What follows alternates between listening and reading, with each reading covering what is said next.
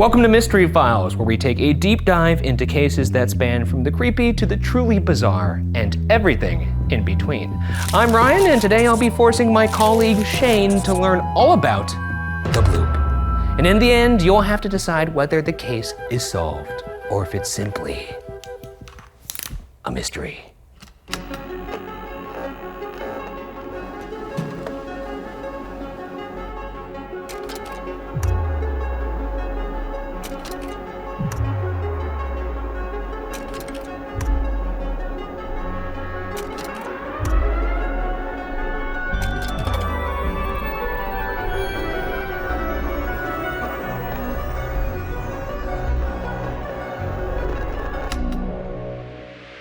The Bloop, I've heard of it.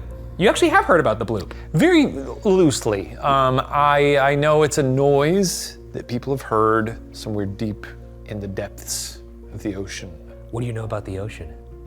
It's one of the few things that really scares me. I don't like the ocean. Is that because of how much of it is undiscovered? It's the enormity of it. I guess that's maybe activating some sort of, what is that?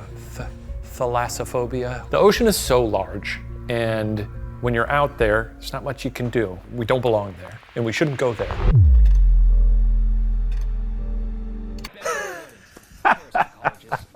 This show's too much, I tell you. Oh no. We've been so focused on solving all these mysteries that I've completely forgotten to go to the grocery store again. And even if I had the time to go, I just go and get lunch meats and then I eat them over the sink. It's really no way to live. And to be honest, it's not really that balanced of a diet. Luckily, today's sponsor is Hungry Root. And today is delivery day. And I think that's the delivery right now. Come on! Hungry Root is the easiest way to eat healthy. They're like your personal shopper, taking care of the weekly grocery shopping by recommending healthy groceries tailored to your tastes, nutrition preferences, and health goals. And if you don't really care about health, the stuff just tastes good. Look at all this stuff. We got some fresh mushrooms, some creminis. They make it easy to eat high-quality, nutritious food and achieve any diet or health goals, from anti-inflammatory to gut-friendly, gluten-free or dairy-free, high-protein, and more. They make grocery shopping simple and stress-free. Just tell them about your goals and preferences, and they fill your cart for you with personalized recommendations that get smarter as they learn more about what you like or didn't love. And while they give you the recipes and instructions, you can also choose regular grocery items like these creamy Gouda natural snack cheeses. And you can eat them while you're cooking the meals. Okay. Oh, yeah, that one's good. Oh, hey there. You know, my favorite part of Hungry Root is just how easy and fun they make it. You're not bogged down with having to know the ins and outs of your diet. You can filter from broad categories all the way down to the most specific. And they've got a little something for everyone. If you know exactly what you like to eat, well, you can get deep into the nitty-gritty of the calories and nutrition facts. And if you just want to pick from the photos, like me, you can. Well, looks like they got something here that tickles my fancy. Pesto and roasted tomato talatati. Delicious. Butter chicken meatballs and saffron rice. Pulled chicken bowl with red rice.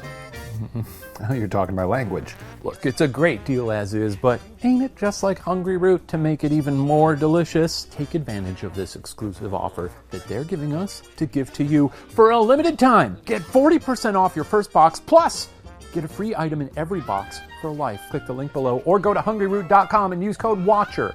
That's 40% off your first box and a free item of your choice for life at hungryroot.com with code WATCHER.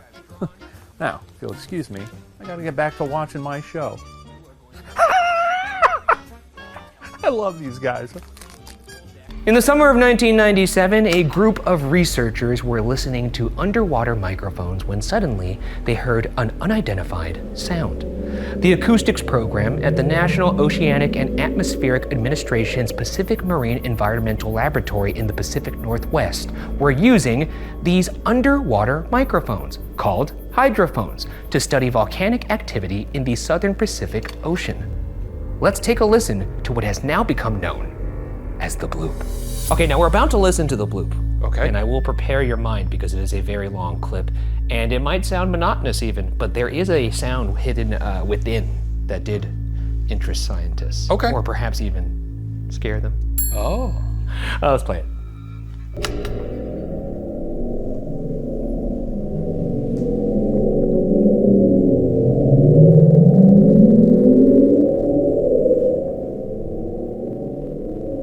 I'm running out of leg. Fuck. I'll just go back down.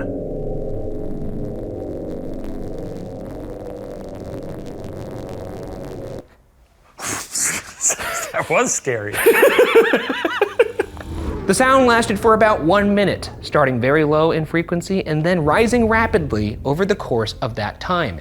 It was loud enough to be picked up by 3 different hydrophones that were part of the Equatorial Pacific Ocean Autonomous Hydrophone Array, situated a distance of more than 3,000 miles apart. This is extremely unusual and made the sound immediately noteworthy. The unique, strange quality of the sound led it to be nicknamed the Bloop, and it was the loudest unidentified underwater sound ever recorded. Now, I couldn't really hear what I think I was supposed to hear in that clip, but I guess if there's something there that scientists are saying, you know, they probably look at the waveform and, you know, their little charts and are like, Yeah. Well, what color is your jacket right now? green, What color's mine? blue. It's not white, is it? We're not in a lab. We're not scientists. No, we're not. You son of a bitch. So why don't you have some goddamn respect No, for oceanic science instead of making fun of these nerds who are saving the planet, you piece of shit. You sit there in the fucking chair and you think you know everything? I'm not making fun of them. Sure sounded like it. I have nothing but respect for them. Now, on the theme of us being scientists, let me backtrack that a bit. Oh, are we scientists now? We're scientists again, because I conducted my own experiment. I wanted to see if perhaps, maybe not a hydrophone, but an iPhone could pick up a sound underwater. Oh, I forgot we do fun little things on this show. And I wanted to see what would happen if it detected a sound that was very loud Okay. underwater. Would we be able to hear it? Yeah. Here's my own experiment of me doing my own bloop. Well, in the spirit of testing the viability of the bloop, we're going to be seeing if I can make a bloop of my own. I'm just gonna be screaming underwater. We don't have a hydrophone, but we do have an iPhone. So we'll see if the iPhone could pick up me screaming.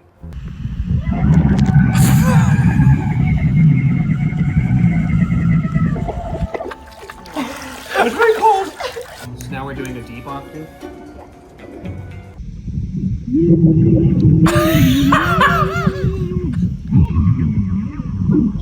Test is concluded. You'll know better than I, and you being the audience, if you could hear my bloop.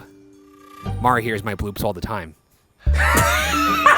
Was Mari standing just off camera? She was. Yeah, I don't know why you necessarily needed to do a experiment for that. You've been underwater. You've heard noise underwater. But, you know, do you wonder what that sounds like slowed down? You know what? I do wonder that. All right. Well, maybe we'll hear it slowed down. Okay. Okay.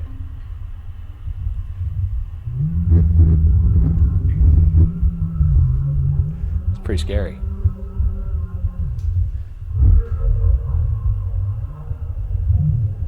That is scary. I'm gonna post that clip on Blue Sky with no context and just see what people think. Maybe someone will think someone took over my account and killed me. Although the ocean is vast and mostly unexplored, it is still unusual for a sound to not be identifiable. Most are easily filed under 5 major categories: animals, weather, ice, man-made, or geophysical, such as earthquakes and volcanoes, which is what these scientists were specifically studying. Beyond that, the hydrophones sometimes picked up electronic interference, but this wasn't that. They were able to estimate a general location of 50 degrees south, 100 degrees west, somewhere off the southern coast of Chile. If you had to file it under one of those, what would you file it under? How far from Chile? Whatever 50 degrees south, 100 degrees can west feel that. indicates. Map of tectonic plates. Okay, let me see what we got. Yes, there's a big plate that Okay. runs all along the side of South America and the Antarctic plate down there. So there's plates. Be so warm. I guess in that case I would go with geophysical then. Because ice makes weird noises. You've seen those videos of people throwing like a pebble on a frozen lake and it goes like It sounds like a Looney Tune. crazy noises. No, I haven't seen that. Considering the tectonic plates in that area, I'd go geophysical. Okay, fair enough. With only that information, the scientists quickly began theorizing about what might have made the noise. So let's do the same and get into the theories. It's corkboard time. Theory 1, military activity. The scientists first wondered if the sound was caused by military exercises done by the United States, even though it didn't seem to be a man-made sound. Dr. Christopher Fox, chief scientist of the acoustics program that observed the sound, brought the bloop to US Navy intelligence and asked if it was them, but they stated that the sound did not come from any action by the US military. A likely story. I think it's really easy to be like, it's the military. Yeah, granted, I do think that they're doing stuff that we don't know about, but I don't think this would be, because I'm like racking my brain trying to think what it would be. Maybe it's like some sort of like secret submarine of some sort. That would be so loud though, to be picked up by stuff like that. Don't you know the best thing about a secret submarine is that it makes it's making the loudest noise ever recorded underwater? Yeah. Theory 2, an iceberg. Ice surrounds the Earth's north and south poles, known as the polar ice caps. And icebergs are formed when they break off from this ice and fall into the ocean. This process is either called calving, or more thrillingly, an icequake. The average iceberg weighs, do you have any guesses, by the way, on how much an average iceberg weighs? Oh, that's a great question. I'm gonna give you a hint. Okay. We're talking metric tons. 1,500 tons. Oh boy. Am I way off? Oh yeah, you're pretty off. I'll give you a second guess if you'd like. 50,000 tons. That's closer. Okay. 100,000 to 200,000 metric tons is the average iceberg. That's heavy. Could the bloop have been a big ice splash? Perhaps. No, it's something you posited yourself. Yes. Maybe that green jacket should be white. There's obviously like the fracture period where it's like, Yeah. There's gonna be noise of that, and then as it's slowly like, yeah. It's a good one, right? I like that. But it isn't the last one. Let's move to theory 3. How about that? An animal. Blue whales are the largest animal on planet Earth and can produce sounds heard 1,000 miles away. But the sound of the bloop reached a distance 3 times that, making it way louder than any noise observed from a blue whale. Blue whales do make a sound similar to the bloop. However, the volume of the bloop was much louder than any animal sound ever observed. The frequency of the sound also suggested that whatever made the sound was extremely, extremely large. Since the bloop sounded organic and not man-made, but did not belong to any known animal, some speculated that maybe a yet unknown ocean animal had made the noise. They would have to be enormous to make such a sound, at least 250 feet long, more than double the size of the largest recorded blue whale. Some thought it could be a giant squid, or even wilder, that it could be a megalodon. Thoughts on that, by the way? That's the most exciting to me because you know this about me. I do find value to theories about animals that could exist that are plausible. Meat and bone. In the ocean, as you said earlier, it's less largely unexplored. Very unexplored. A majority unexplored. Because it's too scary. Yes. Too scary, too deep, we can't go there, the pressure gets too heavy. Okay. But this is interesting. Megalodon, obviously that would be the most exciting thing in the world. It'd be crazy. And the giant squid, in fact, they only found dead ones up until 2011 when they were like, we finally have footage of a giant squid, which we've never captured before. If this theory is true, yeah, probably going to be leaning into this one's a mystery because obviously we haven't discovered the megalodon or a giant squid. Not to this size, 250 feet. Like, as much as I would love a megalodon to still exist, ain't no way. It might seem unlikely that something so huge would be undiscovered, but the organization NOAA estimates that 80% of the ocean is unexplored. A 250-foot animal could ostensibly be there, hiding in the deep. Now, moving to theory 4, a mythical creature. Some theorize that the estimated location of the bloop might connect it to the mythical lost city of Liaw from H.P. Lovecraft's famous 1928 short story, The Call of Cthulhu. But the thing is, though, when he was writing those stories, I don't think he was like, this is a real place. I think he was like, here's some bullshit. You mean a fiction author was writing fiction? Yeah. Interesting. Unless, I mean, I know people think, there's a lot of theories about Atlantis. Did we cover that way back in the day, Atlantis? Well, we did. You didn't like it. No. It was unsolved. It was actually the breaking point for you, I think. Liaw was located about 1,000 miles from the Bloop and supposedly had sunk into the Earth's crust in the Pacific. In the story, a mythical creature called Cthulhu is described as, quote, a monster of vaguely anthropoid outline, but with an octopus-like head whose face was a mass of feelers, a scaly, rubbery-looking body, prodigious claws on hind and fore feet, and long, narrow wings behind, end quote. Wait, are you describing Cthulhu? Yeah. Yeah, he's fake. It's gross. I don't like that. He's a cool-looking dude. Do you actually draw a picture of him? Wait, can you describe him again? I'll describe him again. I have an image of him in my brain from memory, I guess, a little bit. I'm thinking of a creature, an octopus-like head, a face of who has a mass of feelers, a scaly, rubbery-looking body, prodigious claws on hind and fore feet, and long, narrow wings behind. Yes, this is the creature that murdered my father. Its appearance was said to be so horrifying that it would cause anyone who looked upon it to go insane. Cthulhu was part of a group called the Old Ones, who came to the earth from the stars as leaders or priests. The legend was that one day, Cthulhu, now residing in the remains of Liaw, would rise again with the city, and then he would rule the world. That's good. Thank you. That's really good. I don't remember what his legs look like. I like it. Yeah, a lot of times you see him represented and it's just sort of his giant head rising from the ocean, so I don't know what's down there. I would be scared to shit if I saw that. I gave him sort of a big dump truck ass, but Let me see. I just gave him sort of big, thick well, you did legs. rather give him you gave him a real tiny wiener though. Cool, there's nothing for me in that one. It's fake. It'd be like, what if the Meg was real? I guess technically it was real at one point, but not the modern part of it. Yeah. It's a movie. Good book. Number 5. Number 5, yeah, have a go. And this is a really bombastic one here. I mean, okay. You could tell. By Aliens? Is it aliens? No, it's not. But look at the real estate that it covers in the Okay, not super big. Notice the shape. Yeah? Okay. Theory number 5. A giant boot. Aliens. Oh, you hit me. It is good. So what do you think? Which of these theories is really going with your body? I think that it is probably something pretty boring. And I'm still gonna stick with theory 2, iceberg. Well, that is your final answer. Yeah.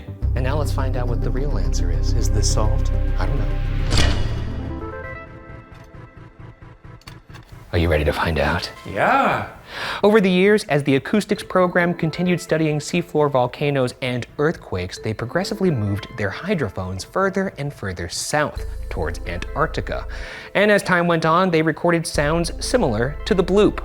The scientists' suspicions grew, and by 2005, they were sure. The bloop was caused by an ice quake, an iceberg breaking off from a glacier, likely off the coast of Antarctica between South America and New Zealand, between the Antarctic Ocean areas known as Bransfield Strait, the Ross Sea, or possibly Cape Adair. In 2012, the current manager of the acoustics program, Robert Ziak, told Wired... Damn, wait, look at all those fucking penguins. What were they doing there? What was up with them? Were you not looking this entire time? I was actually drawing a penguin without realizing that there were a bunch of penguins on Do you feel like you did this with your mind?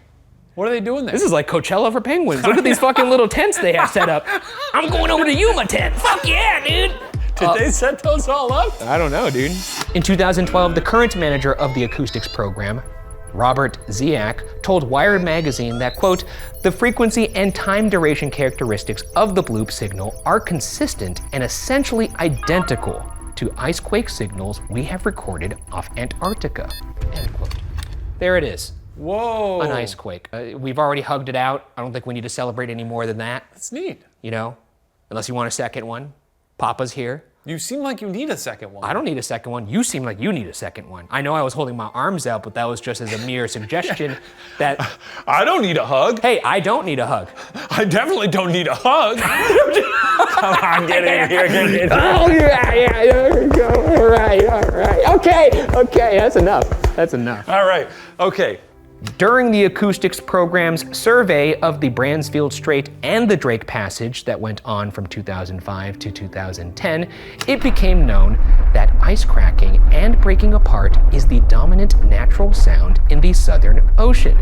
In fact, scientists now know that each year there are tens of thousands of incidents that create similar sounds to the bloop.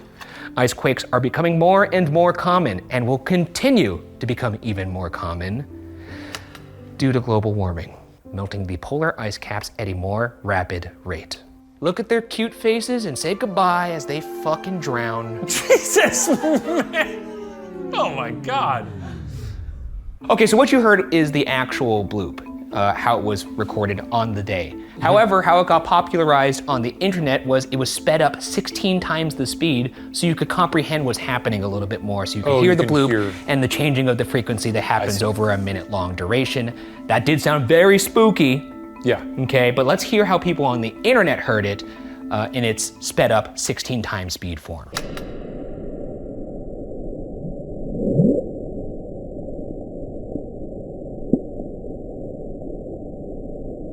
Spooky stuff, huh? Yes. Okay, so you can definitely hear in that one like an actual like whoop. Like an actual like onomatopoeia bloop noise. Yes, it's cool. And I know that doesn't sound that spooky, but you have to remember this sound was recorded 3,000 miles away. Yes, if they're picking this up in like different parts of the ocean. Correct. That's weird. It's a very long distance to hear something make that kind of a noise. It's not just like you're not hearing your neighbor do a cannonball in their pool. In closing, the ocean covers about 70% of the Earth's surface, and its surface area measures about 139 million square miles, with an average depth of about 12,000 feet. Its size and scope is unimaginable. There's more life there than anywhere else on Earth.